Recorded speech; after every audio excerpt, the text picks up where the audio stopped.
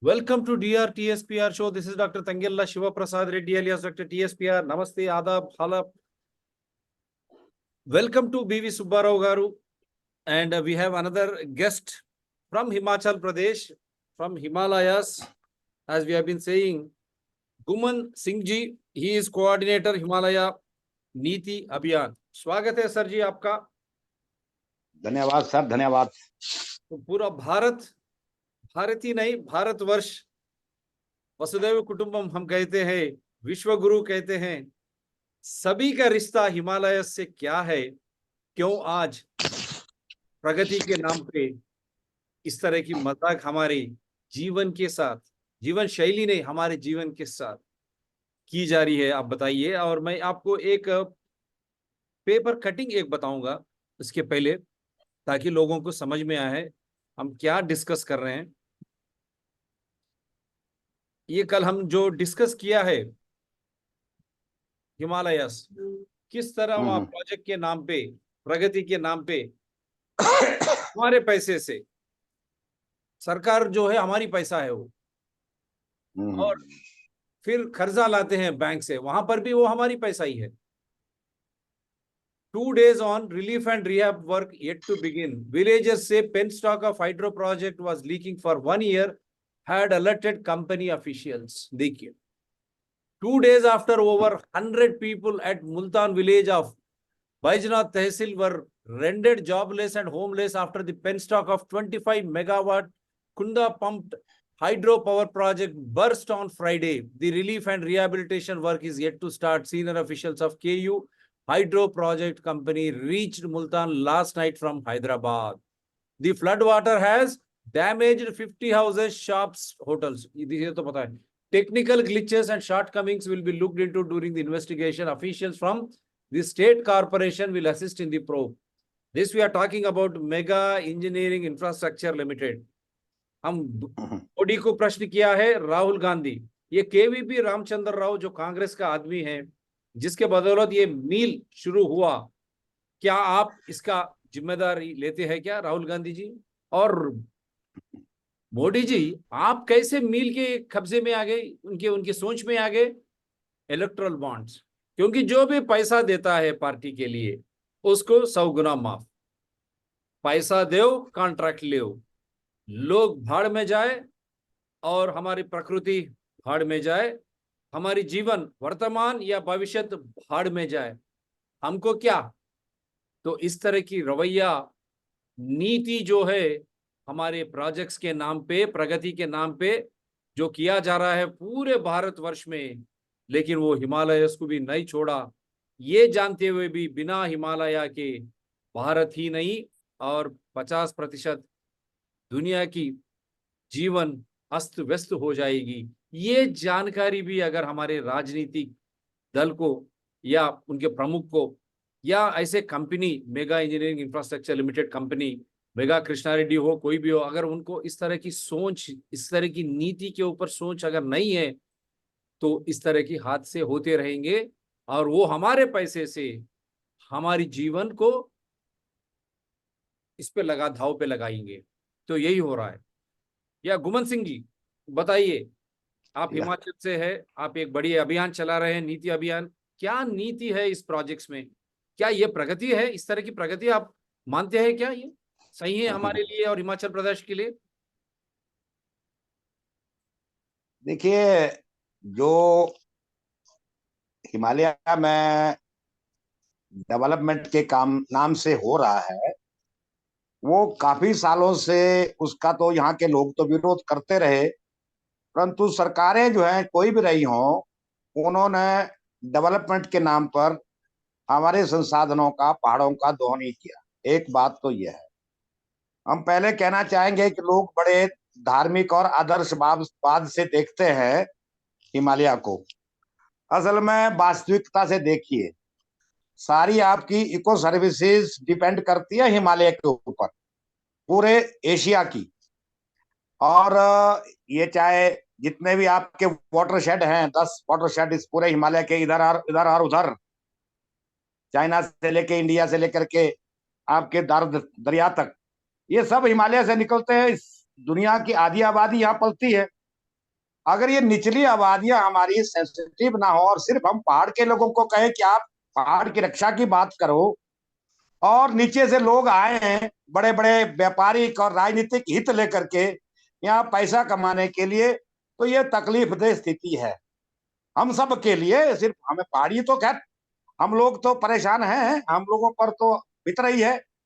दूसरी बात यह है, देखिए ग्लोबलाइजेशन के दौर के बाद ये 90 जो बाद है, 90 के बाद का दौर है, उसके बाद बूम आया ये सारा, खासकर हाइडल प्रोजेक्ट में इन्वेस्टमेंट आया, प्राइवेट प्लेयर्स हाइडल प्रोजेक्ट में आए, और अब ये फोर लेनिंग, कोई रेलवे प्रोजेक्ट, माइनिंग, सीमेंट, इस तरह के कारोबार जो पहाड़ों में शुरू हो गए। और अगले भविष्य के लिए और नया खतरा हमारे सामने है, वो है कि अब ये कह रहे हैं कि अब तो जो हमारे ट्रांस हिमालयन रीजन है, लद्दाख, लाहौल स्पीति और इस तरह के जो ट्रांस हिमालयन एरिया है तिब्बतन प्लेटो में, उनके अंदर सोलर पार्क बनाएंगे। ये नई योजना चल रही है। अब आप देखिए आज सोनम वांगचुक जो लड़ रहे हैं, वो किस लिए लड़ रहे हैं?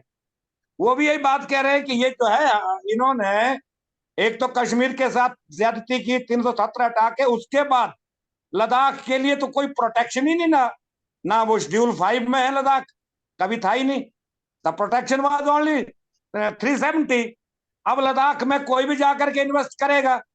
अब गवर्नमेंट और भाजपा सरकार ने पिछली बार ये माना था कि अब लद्दाख को यूनियन टेरिटरी देंगे और साथ में शेड्यूल 6 में लाएंगे।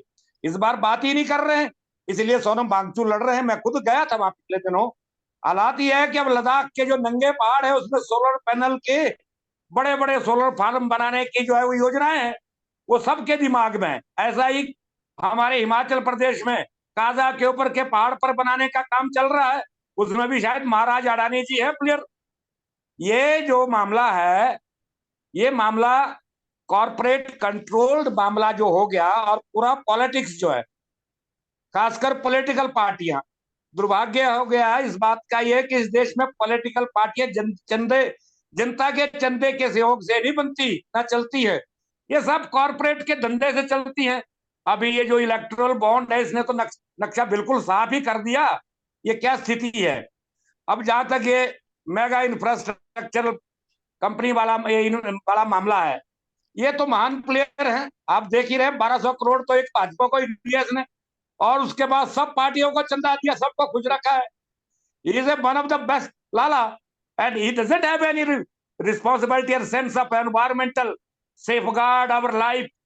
देखिए हम बिल्कुल सख्त होने जा रहे हैं पहाड़ के लोग। उस दिन भी मैंने कहा था ये पिछले दिनों कि पहाड़ की बात, पहाड़ बचाओ, पहाड़ के लोगों को बचाओ, दो नारे हैं हमारे, पहाड़ बचाओ, पहाड़ के लोगों को बचाओ। ये क्यों कह रहा हूं मैं? अगर आप पहाड़ के में बाहर की आबादियों को लाएंगे, बाहर के बड़े बड़े मालिकों को लाएंगे, तो हमारा अस्तित्व क्या है? एक हमारा भूगोल है, एक हमारी जमीन के नीचे की स्थिति है, एक हमारा ऊपर का बायोडाइवर्सिटी और हमारा समाज है। ये सब मिला हुआ है, इन सब को मिलकर के हमारा पहाड़ बनता है। अगर आप इसमें बाहर की आबादियां आकर के, जिनका कोई रिस्पॉन्सिबिलिटी नहीं, ना सेंस ऑफ एनवायरमेंटल प्रोटेक्शन है, ना यहाँ जिए है, ना इस पहाड़ को समझते हैं, वो आके ऐसा डिजास्टर क्रिएट करेंगे तो उससे तबाही तो आएगी। हाँ, कुछ लोगों को पैसा मिलेगा, ये ठीक है, कुछ लोग जो है मुनाफा कमाएंगे, मान सकता हूं मैं, परंतु दुर्भाग्यपूर्ण है। इसलिए हम आज भी कह रहे हैं कि पहाड़ और पहाड़ के लोगों को बचाना जरूरी है।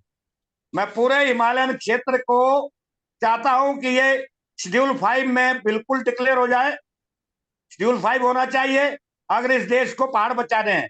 और जो हमारे ट्रांस हिमालयन रीजन है, आदिवासी क्षेत्र और बिल्कुल तिब्बतन प्लेटो पर, उनको जो है शेड्यूल 6 में डाला जाना चाहिए। लद्दाख को भी शेड्यूल 6 में डाला जाना चाहिए। हिमाचल प्रदेश के जो ट्रांस हिमालयन रीजन है, एक लाहौल किन्नौर के इलाके, इनको भी शेड्यूल 6 में डाला जाना चाहिए। They should have their sovereignty, उनकी अपनी स्वायत्तता होनी चाहिए, वो डिसाइड करें नेचुरल सोर्सेज के साथ क्या काम हो, और वो ऑनरशिप उनके हाथ में सेफ गार्ड हो जाए। हिमाचल प्रदेश में, उत्तराखंड और पूरे नॉर्थ ईस्ट में इस बात पर बात करनी चाहिए, और सभी पहाड़ के लोगों को कुछ कानून में, संविधान में इन बातों को पार्टियां रखे। पिछले महीने भी हमने सब पार्टियों को इस बारे में लिखा था और उनसे बात की और एक अपना पूरा एजेंडा इनके सामने पेश किया कि आप अपने पॉलिटिकल एजेंडे में शामिल कीजिए हिमालय के इन्वायरमेंटल इश्यूज। किसी पार्टी ने ध्यान नहीं दिया, मुझे दुख होता है ये कहते हुए। अभी भी कोई पॉलिटिकल पार्टी गंभीर नहीं है कि इनको इस मसले को, पहाड़ की रक्षा को, हिमालय की रक्षा को जो है वो राजनीतिक मुद्दा बनाए। जब तक ये राजनीतिक मुद्दा नहीं बनेगा, इस बात में नीतिगत बदलाव आने की स्थिति नहीं है। हम पहाड़ के लोग कितने हैं आप जब समझ सकते हैं, 10-15 एमपीज हैं, 20 एमपीज हमारे पास। हम क्या लॉबिंग कर सकते हैं? We don't have political capacity to have a lobbying in this big country. परंतु अगर ये देश समझना चाहता है कि पहाड़ सुरक्षित है, उससे हमको एनवायरमेंटल सुरक्षा चाहिए, पानी चाहिए, हवा चाहिए, 6 मौसम चाहिए।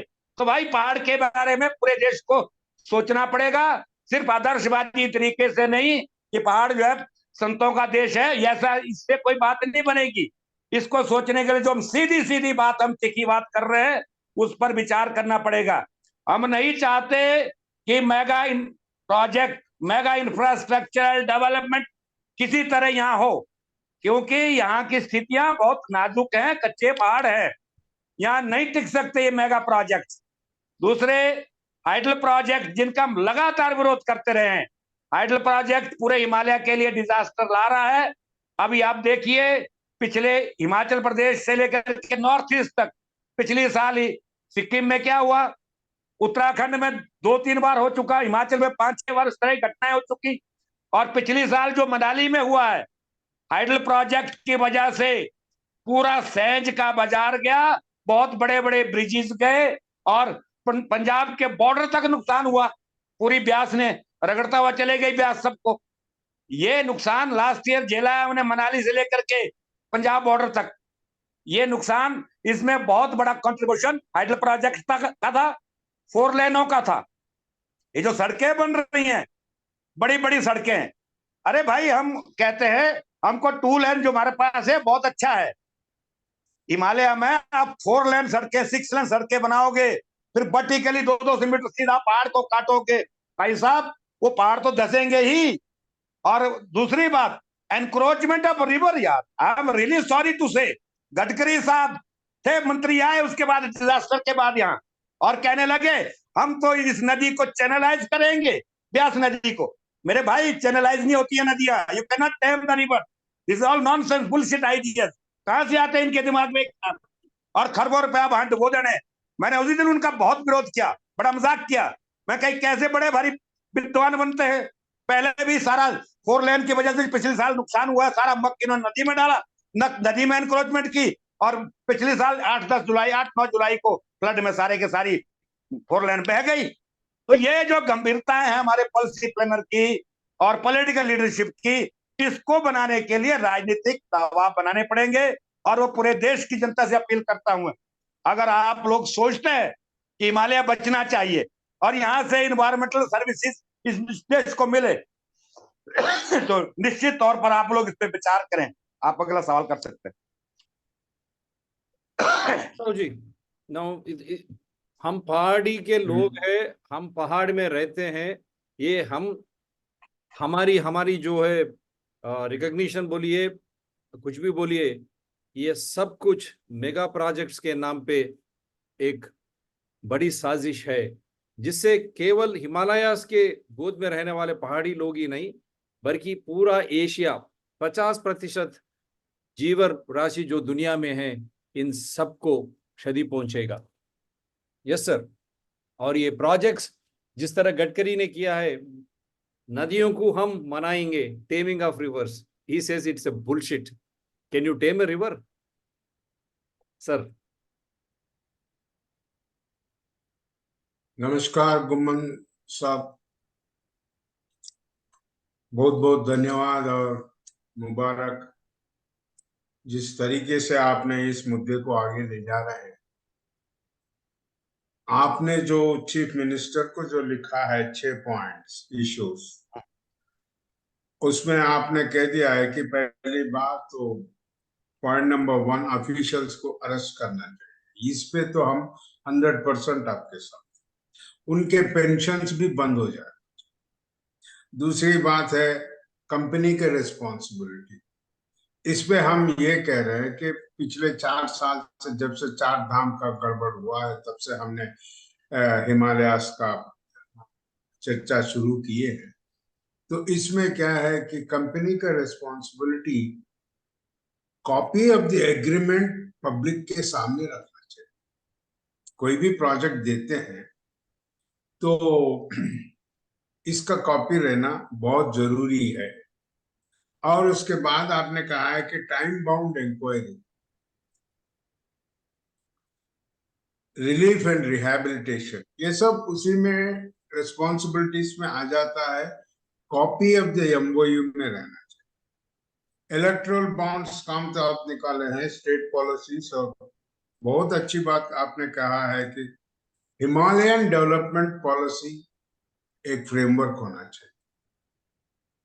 ये बहुत जरूरी है, क्योंकि हिमालय का जो वातावरण है, ये पूरे भारत में ही नहीं बल्कि एशिया में भी इसका असर पड़ा। आज के दिन ग्लेशियर्स पिघल जाए।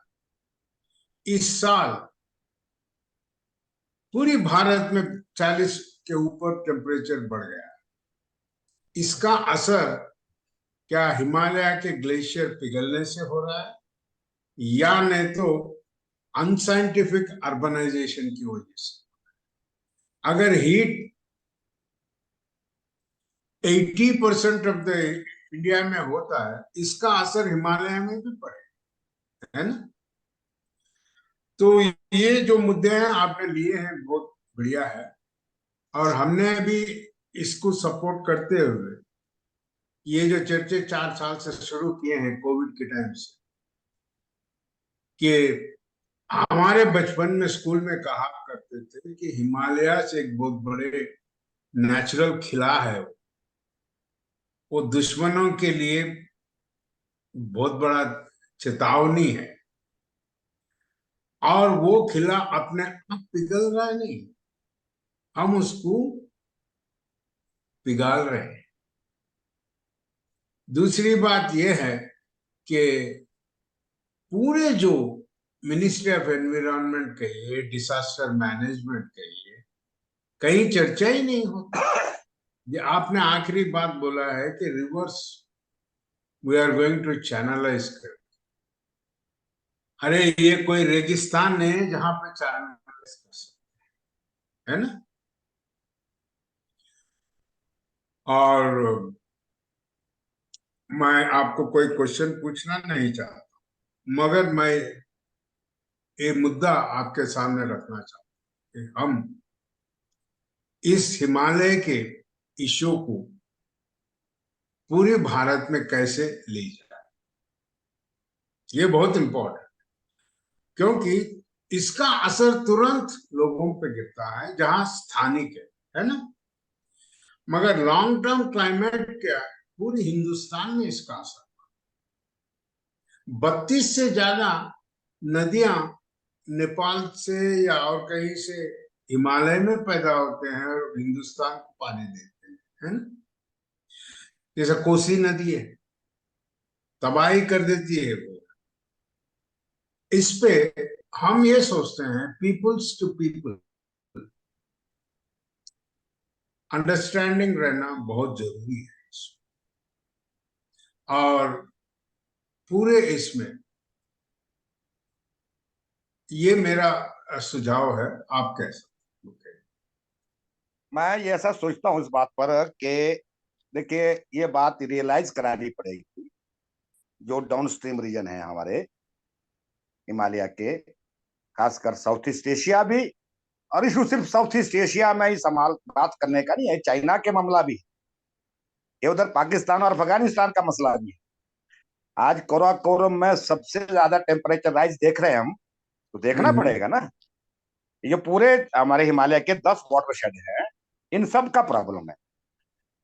हमको इन सब के जो डाउन स्ट्रीम एनवायरमेंटल सर्विसेज के बेनिफिशियरी कम्युनिटी है, उनको ये रियलाइज कराना पड़ेगा कि अगर एग्जिस्ट ऑफ हिमालय खत्म हो जाएगा तो क्या होगा।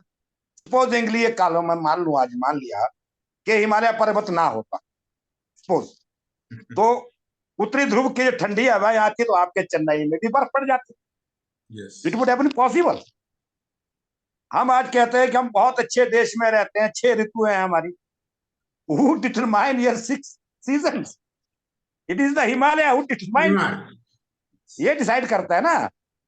ये कैसे रियलाइज करे हमारा देश? इट इज नॉट जस्ट कि हमारी रिवर्स जो है, ये जो हमारे 3 रिवर बेसिन है, ब्रह्मपुत्र, गंगा और सिंध, ये चलो मध्य इंडिया तक में चलो ये पानी छोड़ता है, देता है, परंतु साउथ के इलाके में भी तो एनवायरमेंटल इंपैक्ट है ना यहाँ। Yes. हाँ, तो वो बात रियलाइज करनी चाहिए हम सबको, इस देश को, कि it is not just a river system, it is overall the climate, seasons, मौसम जो हमारे हैं, ऋतुएं हैं, वो उनका निर्धारण भी तो हो रहा है। हवा का मामला है। अब आपने सवाल उठाया कूलिंग का। अब नॉर्थ पोल, साउथ पोल के बाद तीसरा ठंडा पोल कौन है? तीसरा पोल तो हिमालय। हिमालय ही है, ग्लेशियर। यही है ना कूलिंग। कार्बन थर्ड सिंक भी पोलर है, सिस्टम। कूलिंग भी है ना, ये भी हमारे। थर्ड और वाटर टॉवर। हेलो Sarjeet, आपका hello connection. Guman Singh, it's hanging. I think he'll come back. Now he clearly Okay. says, No, the most important thing, as Gomanji pointed out, that we must have peoples to people debate and sensitizing programs all over the country on status of Himalayas. This is very important because Himalayas, that is the third polar region, and we should think of it. And another point which I will be soon asking Gomanji on this he has to reconnect. is, I will just call also, okay? Yeah. Meanwhile, you can share your And ideas. most important thing is, you see, we are not politicalizing anything. राजनीति में अगर ये नहीं जाता तो parliament में इसका policy bill कैसे होगा? That is most important. I feel the president should also take a proactive lead and come out with an ordinance in protection of the Himalayas. And this not only protects Himalayas but also Indian subcontinent and several parts of Asia. And how many, बोलिए गुमान सिंह जी। गुमान सिंह जी, बोलिए। नहीं, आप सुन रहे थे ना मैं जो कह रहा था? नहीं, बीच में कट गया था, मैंने सुन पा रहा था। हाँ बोलिए। अच्छा, एक बात है, मैंने दो बात कही। एक, people's to people understanding of the Indian climate with respect to Himalayas बहुत जरूरी है ना। और हर जगह अनसाइंटिफिक ग्रोथ होता है। जहां कहते हैं, कई जगह कहते हैं नदियों को चैनलाइज कर देते हैं, उसको नल्ला में बिठा देते हैं, ये सब बेकार बात। दूसरी जगह क्या है, हर जगह 6 लेन 4 लेन, क्या उतना करोड़ों का बिजनेस कौन कर रहा है? भागे भागे जा रहे हैं, है ना। भगवान केदारनाथ के लिए जाने के लिए हमारा दादा भी गए उस जमाने में, मगर उतना जल्दी क्या है पाप धोने का, है ना। घर में बैठे धो लो अच्छे साबुन लगा के, वहां तक जाने की क्या जरूरत? 5 स्टार होटल्स की क्या जरूरत? एक point number 1 is Himalayan region is a global issue, international. We should promote the sensitizing on this. Number 2, ये जो क्लाइमेट चेंज का असर हो रहा 80% हिंदुस्तान में, और उसके असर हिमालयाज पे, हिमालय के असर हिंदुस्तान में, इसका पूरी जानकारी सभी लोगों में होना चाहिए, खास करके people representatives, local governing bodies, panchayat presidents, municipalities, MLAs and MPs. क्योंकि लोग कहते हैं कि पॉलिटिसाइज मत करो, हम पॉलिटिसाइज नहीं कर रहे।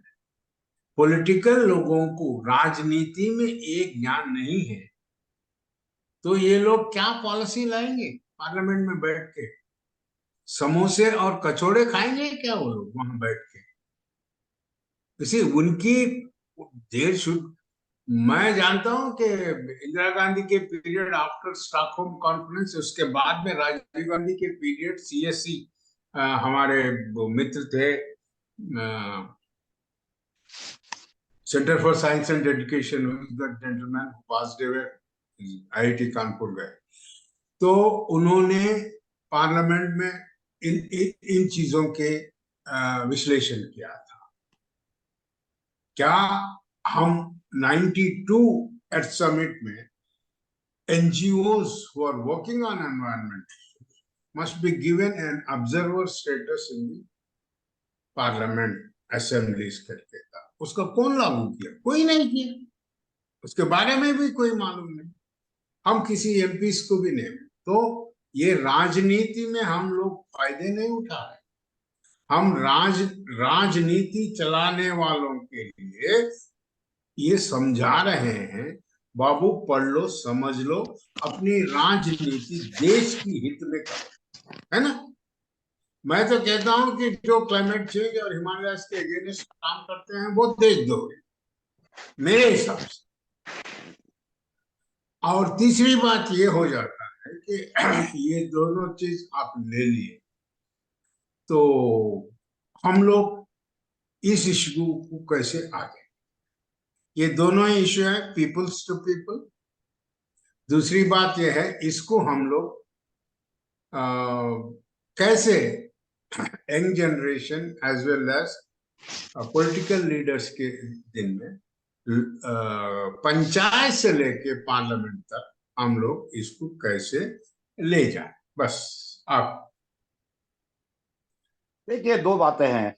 एक तो है कि ये पॉलिटिकल एजेंडा कैसे बने। पॉलिटिकल एजेंडा बनता है जब मासिस में से दबाव आता है, जनता से दबाव आता है। और जनता से दबाव किसी भी स्थिति में उसके अलग अलग तरीके हैं। आपका लोगों के बीच में रेजिस्टेंस होना, लोगों के अलग अलग मंचों में आंदोलनात्मक गतिविधियां होना, और ये जो संकट की परिस्थितियां है वो शायद आंदोलन को तेज करती हैं, उससे भी परिस्थितियां पैदा होती हैं। तो मैं सोचता हूँ सामाजिक आंदोलनों का बड़ा महत्व है। I don't say slang word NGO, मुझे अच्छा नहीं लगता ज्यादा शब्द, पर सामाजिक आंदोलन जो है वो खड़े होने चाहिए। और बिना सामाजिक आंदोलन के ये देश की जो है लोकतंत्र भी सुरक्षित नहीं है। आज भी जनता जो आज जो मोदी साहब कर रहे हैं, तानाशाही की शुरुआत कर रहे हैं, तो उसके खिलाफ जो रेजिस्टेंस है ये जनता से ज्यादा आ रहा है, सोशल मूवमेंट से आ रहा है, या फिर आज सोशल मीडिया जिसमें है उससे आ रहा है। It is not the political parties who are ready to say correct words, they are compelled to do this. तो ये जो कैसे हम एक तो ये इस कॉन्स्टिट्यूंसी को हम कैसे देखें और कैसे इसमें हम काम करें, और देश भर में ये जो आज सोशल मीडिया, दूसरे जो रेजिस्टेंस ग्रुप है वो कैसे मैच्योर हो और उनके कैसे आपस में एकता कायम हो, हम ये कोशिश कर रहे हैं हिमालय में थोड़ा, ये सारे देश में की जानी चाहिए। और उसी से पॉलिटिकल बिल बनेगी। जब हल्ला होगा, राजनीतिक नेता सुनता है जन दबाव, हल्ला, राजनीतिक नेता का ज्ञान की कल्पना नहीं करनी चाहिए। ज्ञानी राजनीतिक नेता भी होगा, अगर रेजिस्टेंस नहीं होगा, सवाल प्रश्न करना नहीं होगा, वहां अगर कोई क्वेश्चन नहीं करेगा तो वो भी वही करेगा जो चल रहा है। और दूसरी जो परिस्थिति में पहले ही बोल रहा था, पॉलिटिकल पार्टियां अब कॉर्पोरेट फंड ड्रिवन पार्टियां हैं। आप किससे उम्मीद कर रहे हैं? कौन पॉलिटिकल पार्टी है जो जनता से एक एक रुपया मांग करके इलेक्शन में खड़ी होती है? तो खरबों का खेल होता है, अरबों का खेल होता है। जो इलेक्शन होता है क्या होता है? आम आदमी कर सकता है क्या चुनाव? आप चुनाव लड़ सकते हैं क्या? नहीं है स्थिति, आम आदमी के लिए स्पेस ही नहीं है। ये पॉलिटिकल पार्टियों के ग्रोह बन गए हैं और अनडेमोक्रेटिक है. I am really sorry to say. They are not even democratic within their political institution as they say, we are the हम आगे चलाते हैं, we are the leader of democracy. अरे काय का डेमोक्रेसी? पार्टियों में तो डिक्टेटरशिप है तुम्हारे सब में, और डिक्टेटरशिप भी डिसाइड होती है फाइनेंस से. फाइनेंस देगा, जैसे अब अडानी मोदी जी की पार्टी वहां फंसी है, दूसरी पार्टियां भी होंगी. तो ऐसी स्थिति में जन दबाव ही जवाब होता है, मैं तो ये सोचता हूं. और मैं दूसरी बात नहीं मानता, क्योंकि देखिए आई एम रियली स्केप्टिकल. अगर कॉर्पोरेट फंडिड एनजीओज भी है ना, वो कॉर्पोरेट के ही इंटरेस्ट को प्रोटेक्ट कर रहे हैं, उसके खिलाफ अनरेस्ट को डिफ्यूज करने का एक पॉलिटिकल स्ट्रेटजी है. देखिए प्लीज. आखिरी बात है कि हम लोग ये We have got 6 minutes, sir. We have got 6 minutes. Focus और पब्लिक के सामने रखने के लिए आखिरी मैं सोचता हूँ जो हिमालय का अभी जो इश्यू चल रहा है वो नेचुरल रिसोर्सेस का इश्यू है ना, बहुत सारे. तो ये नेचुरल रिसोर्सेस का जो इश्यू है वो हमेशा मुझे दंडी मार्च को याद दिलाता है. पूरे हिंदुस्तान को एक रास्ता दिखाया. ये हमारे वनस्पति है, इस वनस्पति को हम कैसे बचाएं. वो एक मैं बहुत, क्योंकि आप बोले जैसा सही है. 5 minutes, sir. 5 minutes. कॉर्पोरेट का वो चल रहा है, तो पीपल्स टू पीपल कैसे इसको ले जाए, और a natural resources and third polar protect, save, conserve third polar region. It's a global disaster. Okay. Yes, Before, sir. I once again thank you for sparing your valuable time. आपने आए, बात किए हैं. और क्या कहना था? मैं दूसरे लोगों से भी बात कर रहा हूँ. नहीं, आप बात करिए. गुमन सिंह जी, कोई आम आदमी जो है, चार धाम यात्रा नहीं ले सकता, फ्लाइट्स में नहीं आ सकता. नहीं, आप कह दीजिए. क्या बोलना चाहते हैं? आप कह दीजिए. मैं कहना चाहता हूं, देखिए हिमालय में जो विकास का जो मामला है, बड़ा बड़ा मेगा इंफ्रास्ट्रक्चरल डेवलपमेंट प्रोजेक्ट बंद होने चाहिए. बड़े बड़े रेलवे, हाइड्रो, इस तरह के प्रोजेक्ट यहाँ के इकोसिस्टम को फिट नहीं करते. दूसरा जो सबसे बड़ा खतरा अगले दिनों फिर आने वाला है, हम देख रहे हैं क्लाइमेट चेंज के दौर में वेस्टर्न डिस्टर्बेंस डिस्टर्ब हो गया. लास्ट ईयर से साइकिल लगातार बारिश हो रही है. पिछले साल भी हुआ, जुलाई में डिजास्टर है. इस बार बहुत खतरा है. भूकंप संवेदी इलाका है और जमीन बहुत कच्ची है. इस बार कहीं ज्यादा नुकसान ना हो. मैं पूरे हिमालय के लोगों को ये वार्न करना चाहता हूँ, और यहाँ की सरकारों को, कि अभी से ही प्रिपेयर कीजिए. डिजास्टर आ सकता है इस बार फिर से लास्ट ईयर की तरह. ये खतरनाक स्थिति बनने वाली है. और मैं अंत में आप सबसे ही कहूंगा कि हिमालय की रक्षा का एक सूत्र है, हिमालय बचाओ, हिमालय के लोग बचाओ. इसके अलावा नहीं होगा. और जो हिमालय में पूरा इराजे हैं, ये पूरी बाउंड्री है हमारी, जो देश की रक्षा सूत्र है, इसमें जो है इसको शेड्यूल 5 में कॉन्स्टिट्यूशन में शामिल कीजिए, और ट्रांस हिमालय रीजन को शेड्यूल 6 में. ये बात मैं फिर से रखना चाहता हूँ. धन्यवाद. So last one comment what you would like to make. Common man doesn't travel from southern India, Kanyakumari to Char Dham. He doesn't have money. And in whose interest they are creating? And can they survive in star hotels? In the name of religious tourism, if they are doing this, this will be at the cost of Hindus' belief only. If you feel Lord Shiva is in the abode of Himalayas, by unscientific this type of development, it is destroying Himalayas. So it should be a wake-up call for all Hindus that way. And for Indians, if they feel development is destroying the natural resources, that is not true development. Development should be inclusiveness. As he rightly says, Himalayas and the people of Himalayas should be included as part and parcel of any developmental policy. And it should be very transparent and accountable. And mega engineering infrastructure like companies, what experience they have got? Is there any infrastructure? Is there any experienced man force with them, workforce with them? How is that they are being allotted? Electoral bonds have clearly exposed what is the quid pro quo between Mega Engineering Infrastructure Limited and then Yara Tunnel, Navayuga like companies and then I don't want to quote Gujarati businessmen, what connection they have got with political parties. This is going to endanger democracy. Democracy means rights and resources. When we say election, we are electing people, representatives right from Panchayat to Lok Sabha. Why? It is only to safeguard our welfare, and the development should be in a transparent and accountable way. That means our rights should be safeguarded along with our resources. Resources should not be allowed to be looted by someone to benefit their companies. With that illegal corrupt deal, they are going to fund elections and same representatives win, and they are going to select Himalayas and other regions in India, loot resources like Kerala, Telangana, Andhra Pradesh, then people have to suffer. So, as he rightly said, inclusiveness should be part of any development, and people should be more aware.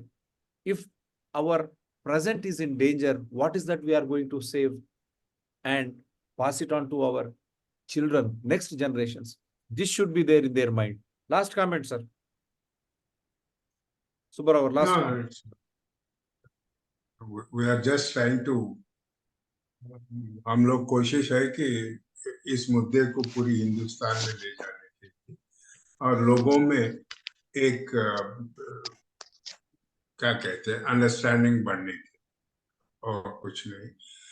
We are not against anything, but the thing is, the episodes, the disasters, जैसे आपने कहा गुम्मन जी, फिर से disaster आएगी, जागते रहो. चेतावनी. This is my slogan to Himalayas and to this country. Right. फिर से डिसास्टर आएगी, जागते रहो. एक चेतावनी बस. दी गई गुमन सिंह द्वारा हिमालयन रीजन्स के द्वारा, उनके वहां पर जब मानसून होगा, बारिश का मौसम होगा, वहां पर क्या इस तरह की और एक विपत्ति आने वाली है, और वो विपत्ति पूरा देश भर में होने वाली है क्या? अभी भी जाग जाओ राजनीतिक दल, जो सोच करते हैं अधिकारी, और उसके साथ में सामान्य जन. अगर आप नहीं जागोगे